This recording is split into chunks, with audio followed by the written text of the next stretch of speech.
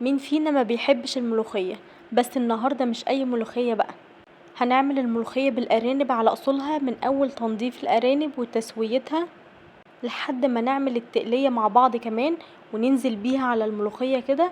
هتحسوا ان الريحة طالعة من الشاشة بجد، وهتخلي العيلة كلها حرفيا مستنية الاكل يخلص عشان ياكلوا على طول. يلا بينا نبدأ على طول ونقول بسم الله. اول حاجة جبت الارانب قطعتها وغسلتها كويس جدا، وبنغسلها بخل وليمون او دقيق علشان نقضي على الزفارة اللي موجودة فيها، وبعد كده بنشطفها بالمية ونصفيها وكده بتبقى جاهزة معانا. بعد كده على النار بحط طاسة او حلة، بحط فيها معلقة سمنة كبيرة، واول ما تسخن انزل على طول بالارانب عشان تتحمر وتاخد لون حلو من الناحيتين، وبعدين بضيف عليها ورق لورا وعود قرفة وبصلة متقطعة وقرن فلفل وكمان طماطماية متقطعة مكعبات.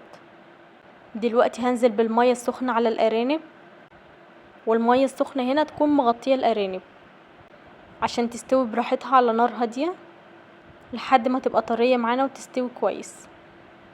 هنضيف عليها معلقة صغيرة من السكر ونسيبها تستوي على نار هادية لحد ما تبقى طرية تماما، وكده تبقى جاهزة معانا. بعد ما تستوي معانا هنضيف عليها معلقة صغيرة من الملح، انتوا اظبطوا الملح براحتكم. الارانب كده جاهزة معانا والشوربة مركزة وريحتها تحفة. هنطلع الارانب من الشوربة ونحطها في الطاجن، ويلا بينا على طول نبدأ بالملوخية. في طاسة او حلة على النار هحط فيها الشوربة، خلوا كمية الشوربة في الاول تكون قليلة علشان لو انتوا احتاجتوا بعدين تزودوا. هنضيف بقى دلوقتي الملوخية ونقلب كويس جدا ونسيبها تاخد غلوتين كده على النار، ويلا بينا نجهز التومة. في طاسة هحط فيها معلقة كبيرة من السمنة، معلقة كبيرة كده توم مهروس، يعني شوية حلوين كده محترمين، ونقلب كده. اول ما التومة ريحتها تطلع على طول هنحط معلقة صغيرة من الكزبرة الناشفة ونقلب، وكده بقت جاهزة معانا والملوخية بتغلي معانا. هو ده القوام اللي انا عايزاه، مش عايزاها تقيلة خالص ولا خفيفة، هي كده مظبوطة بالنسبة لي.